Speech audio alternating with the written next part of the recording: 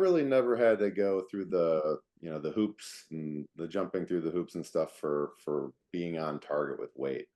Um, Now I have seen some people struggle with it. Like, I remember Max. I Max Gene think Gillies, Andy right? always had a soft spot for like guys that were big and like, struggle with it. So like Max and Nick Cole, um, I think they kind of had to work out a little side deal with Andy that, we'll do this and, get through it. But it's tough. It's something you definitely don't want to have to think about, other than all the other things that you're sitting here worried about, whether you're going to perform and stuff like that. But you really just have to have a grasp that the coaches probably have a pretty good idea of what weight you're going to perform best at. You know what I mean?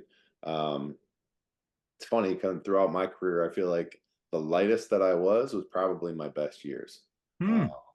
especially even playing guard. And I always thought, when Juan first moved me inside, Juan was always the mass kicks ass guys. So Right. like that's your equation, mass kicks ass.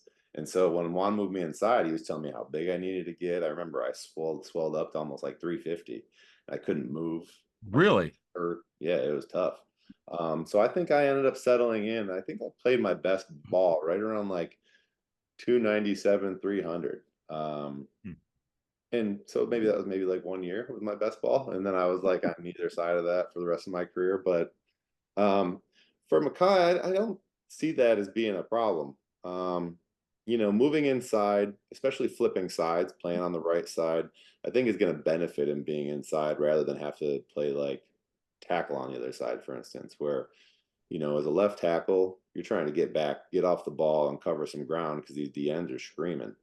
It's a little different inside, and if you have to switch all of your footwork in your head, it's a lot easier to do with less ground to cover. So, like we were talking about, he's going to be working in a phone booth. You're kind of tight. You got Lane on one side of you, you got Cam on the other. You don't have to move too much, is what he's used to, is moving as a tackle. Now, the other thing that comes with that is switching sides and playing in a tighter space. He's probably going to overset some guys. That's just one of the things that I found when I would bounce back inside from being outside. I would overset guys constantly just because you're so used to trying to get off the ball and cover ground. And then you're like, well, I didn't need to cover that much ground. And then they take an easy inside move on you, and sometimes you get edged. So I think that if anything, that's probably going to be one of the things he struggles with. But I think it's a pretty good situation for him. And then seeing him this preseason too, like I said, I didn't watch a whole lot of preseason, but I saw some clips of him and stuff. And it looks like he's firing his hands really nicely. Like he's just as guard at a guard, you kind of want to be the first one to touch. So first touch usually wins in a smaller space.